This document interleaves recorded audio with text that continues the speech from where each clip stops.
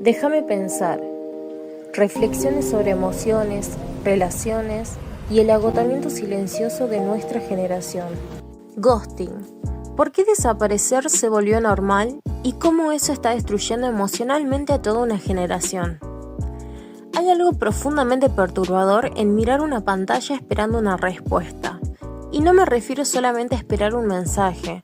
Me refiero a esa sensación moderna, casi enfermiza, de mirar el celular una y otra vez sabiendo que probablemente no va a llegar nada.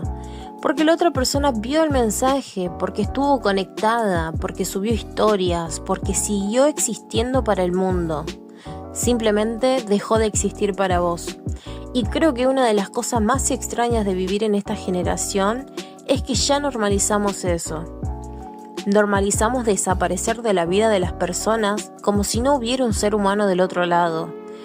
Normalizamos generar vínculos intensos y después evaporarnos emocionalmente. Normalizamos dejar a alguien preguntándose ¿qué hice mal? Y lo más fuerte es que el ghosting no duele solamente por la ausencia, duele por la confusión. Porque el cerebro humano puede soportar muchas cosas, puede soportar un rechazo, puede soportar una ruptura, puede soportar un ya no te amo. Pero hay algo que el cerebro maneja muy mal, la falta de explicación. La incertidumbre, el vacío, el silencio, y creo que Internet subestimó completamente lo traumático que puede llegar a ser eso. Porque sí, la palabra ghosting suena moderna, memeable, casi graciosa. Pero lo que representa psicológicamente no tiene nada de gracioso. Estamos hablando de desapariciones emocionales y lo peor es que esta generación está llena de ellas. Creo que todos vivimos alguna versión de esto. Conocer a alguien, hablar durante semanas, sentir conexión, rutina, intimidad, escuchar audios larguísimos, dormirse hablando, sentir que alguien empieza a formar parte de tu vida mental. Y después, nada, silencio absoluto. Como si la relación hubiese sido absorbida por un agujero negro digital. Y entonces empieza algo muchísimo peor que la tristeza. Empieza el sobrepensamiento. Porque el ghosting no genera solamente dolor, genera obsesión mental. Tu cabeza empieza a reconstruir conversaciones, a releer mensajes, a buscar señales, a analizar cambios de tonos, a preguntarse si dijiste algo raro, si fuiste demasiado intensa, demasiado fría, demasiado disponible, demasiado emocional. Y lentamente, sin darte cuenta, la desaparición de la otra persona empieza a convertirse en una guerra contra vos misma. Hay estudios en neurociencia que muestran que el rechazo social activa regiones cerebrales muy parecidas a las del dolor físico. O sea, el cerebro realmente interpreta ciertas pérdidas sociales como amenaza. Y esto tiene sentido evolutivo. Durante miles de años, ser excluido socialmente podía significar literalmente morir. El ser humano sobrevivió en grupo, necesitábamos permanecer. Entonces, cuando alguien desaparece abruptamente, el cerebro no lo vive como bueno, ya fue. Lo vive como algo está mal. Por eso el ghosting puede provocar síntomas físicos reales. Presión en el pecho, insomnio, ansiedad, taquicardia, vacío, falta de apetito, obsesión. Y encima hay algo todavía más perverso, la ambigüedad. Porque cuando alguien te rechaza claramente, el cerebro eventualmente procesa el final, pero el ghosting deja la historia abierta. No sabes si terminó, no sabes si volverá, no sabes si exagerás, no sabes si deberías insistir, no sabes si pasó algo grave, no sabes si simplemente dejó de creerte. Y el cerebro humano odia los finales incompletos. De hecho, existe algo psicológico llamado efecto Zeigarnik. Básicamente, el cerebro recuerda más intensamente las cosas inconclusas que las cerradas, y eso explica muchísimo el ghosting. Porque no es solamente que extrañas a la persona, extrañas la resolución. Tu mente queda atrapada intentando terminar una historia que nunca recibió un final. Pero ahora viene la pregunta importante. ¿Por qué la gente ghostea? Y acá es donde la conversación se vuelve incómoda. Porque la respuesta real no es simple. Internet quiere reducir todo a son narcisistas o la gente ya no tiene valores. Pero sinceramente creo que el problema es muchísimo más profundo que eso. Creo que estamos viendo una generación emocionalmente agotada, hiperestimulada y profundamente evitativa. Vivimos en una época donde la gente sabe comunicarse constantemente, pero cada vez menos personas saben sostener conversaciones emocionalmente incómodas. Podemos mandar 400 memes por día, pero decir ya no quiero seguir parece imposible. Y entonces aparece el ghosting como mecanismo de escape emocional, porque desaparecer evita la culpa, el conflicto, la responsabilidad, la incomodidad, la vulnerabilidad. Ghostear se volvió la forma moderna de evitar conversaciones difíciles, y eso dice muchísimo sobre cómo estamos emocionalmente. También hay otro factor enorme, la cultura del reemplazo. Las aplicaciones de citas, las redes sociales, la hiperconectividad cambiaron completamente nuestra percepción de los vínculos. Hoy muchas personas sienten inconscientemente que todos son reemplazables, y cuando sentís que siempre hay otra opción a un scroll de distancia, las relaciones empiezan a consumirse igual que el contenido. Rápido, intenso, descartable. Es durísimo decirlo así, pero mira cómo consumimos personas hoy. Conocemos gente como quien abre pestañas. Las cerramos cuando dejan de estimularnos y seguimos deslizando, porque el problema no es solamente tecnológico, es dopaminérgico. Las personas sociales alteraron brutalmente nuestro sistema de recompensa. Nuestro cerebro está constantemente buscando novedad, estimulación, validación, micro recompensas instantáneas, y las relaciones reales son lentas, incómodas, profundas, requieren responsabilidad emocional.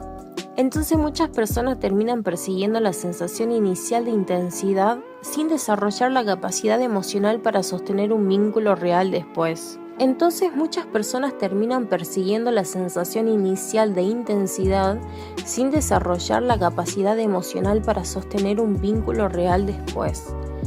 Y esto conecta con algo muy importante. El ghosting muchas veces no nace de la maldad, nace de la incapacidad social, emocional.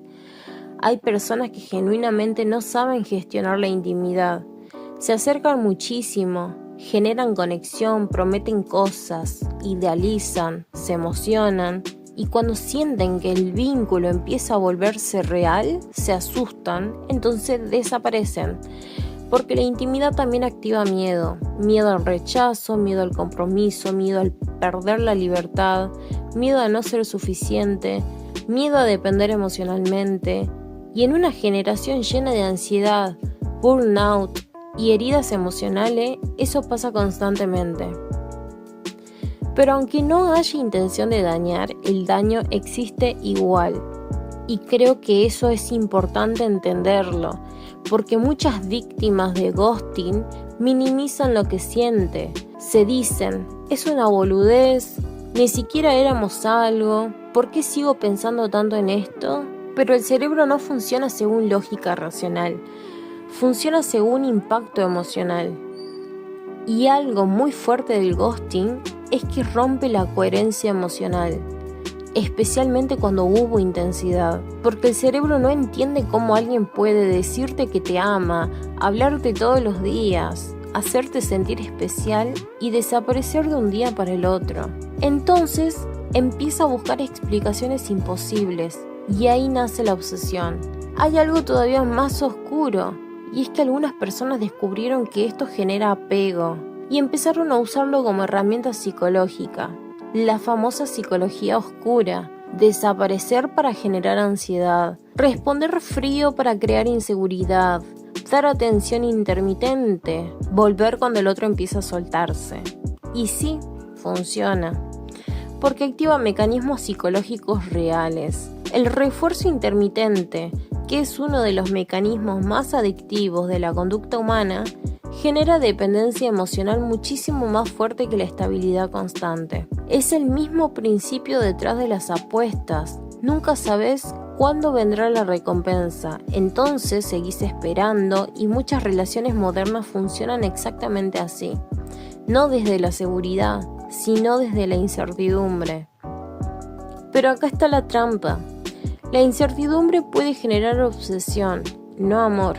Y creo que esta generación confundió muchísimo esas dos cosas. Confundimos intensidad con conexión, ansiedad con amor, dependencia con deseo, celos con importancia, disponibilidad inconsciente con misterio. Y no, que alguien te destruya emocionalmente no significa que el vínculo sea profundo. A veces solamente significa que activó heridas psicológicas muy humanas. También hay algo muy moderno en todo esto. Antes, cuando alguien desaparecía de verdad. Hoy no. Hoy alguien puede ghostearte y seguir apareciendo todos los días en tu pantalla, subiendo historias, escuchando música, saliendo con gente, mostrándose feliz. Y eso genera un fenómeno psicológico rarísimo, porque la persona está ausente emocionalmente pero presente digitalmente. Tu cerebro nunca termina de percibir la pérdida completa, entonces no procesa el duelo correctamente. Y por eso tanta gente queda atrapada durante meses o años pensando en personas con las que quizás ni siquiera tuvo una relación formal. Y sinceramente creo que hay una crisis emocional enorme detrás de todo esto. Estamos hiperconectados, pero emocionalmente agotados, como siempre lo digo. Tenemos acceso constante a personas, pero cada vez más dificultad para construir intimidad real. Hay algo tristísimo en eso, porque el ghosting no solamente habla de quien desaparece, habla de una generación entera que ya no sabe cómo lidiar con el dolor humano de frente.